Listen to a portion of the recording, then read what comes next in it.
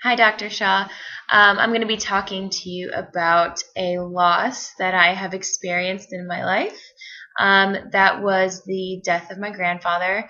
He passed away in April of 2007, so it'll be almost 6 years now. Um, it's still really hard for me. Because he died so suddenly, he didn't have any type of illness, any type of disease, nothing, absolutely nothing leading up to it, no preparation for us at all. Literally, he complained of abdominal pain. He ended up having an obstructed intestine, and so he complained of abdominal pain, and literally about 4 or 5 hours later he passed away. So there was no getting ready for what was about to happen. It all happened so fast. And so I still feel like at times I have not fully coped from it. Him and I were very, very, very close. And he had moved to Puerto Rico actually the year before he passed away. Him and my grandma moved back to Puerto Rico just to spend more time with family and his brothers and sisters that still live there. So I had started not seeing him all the time. I used to see him every day because he lived just a couple minutes from my mom's house. And so once he moved away, we didn't see each other very much. And I think I saw him one time since he moved, and then the next time was for his funeral. So I think everyone deals with coping a loss very differently, and listening to your integrity in your lecture notes, there was a slide at the very end talking about different cultures and talking about how the Hispanic culture is different with funerals and rituals and things like that. I do have to say that is very true. For his funeral, we had a 3-day viewing.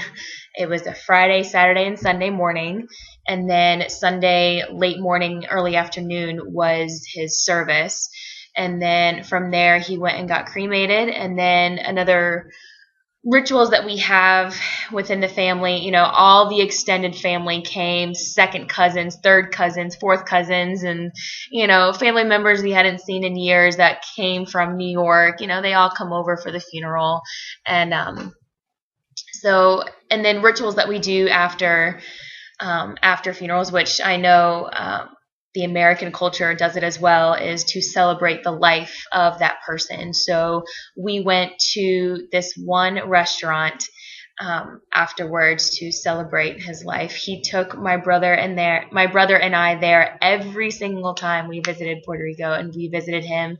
That was his thing, was to take us there to eat. It was the littlest, shackiest buffet place of Spanish food, but it was the best food in the whole island, I thought. So he made sure to take us there every single year. So after his funeral, the whole family went, well, really not the whole family, but the big chunk of our family. There was probably about like 30 of us just sitting at that restaurant, just celebrating his life. And we knew that he would be really happy to look down on us and see that we were enjoying being together and enjoying with food.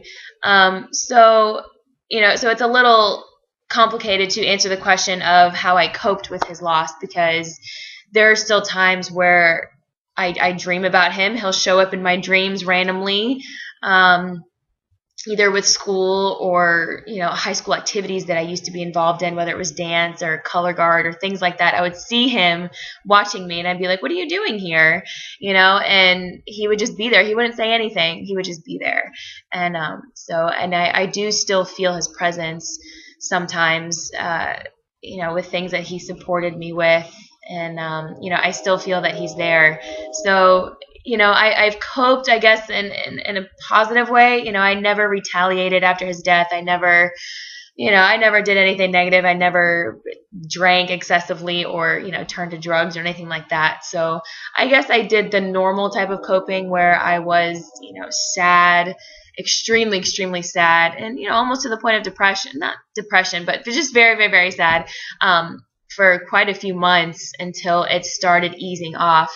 And you had another slide as well that was talking about about like 6 months or so, the pain starts to lessen, and I definitely do agree with that. But I mean, the pain and hurt is still there, every time I think about him.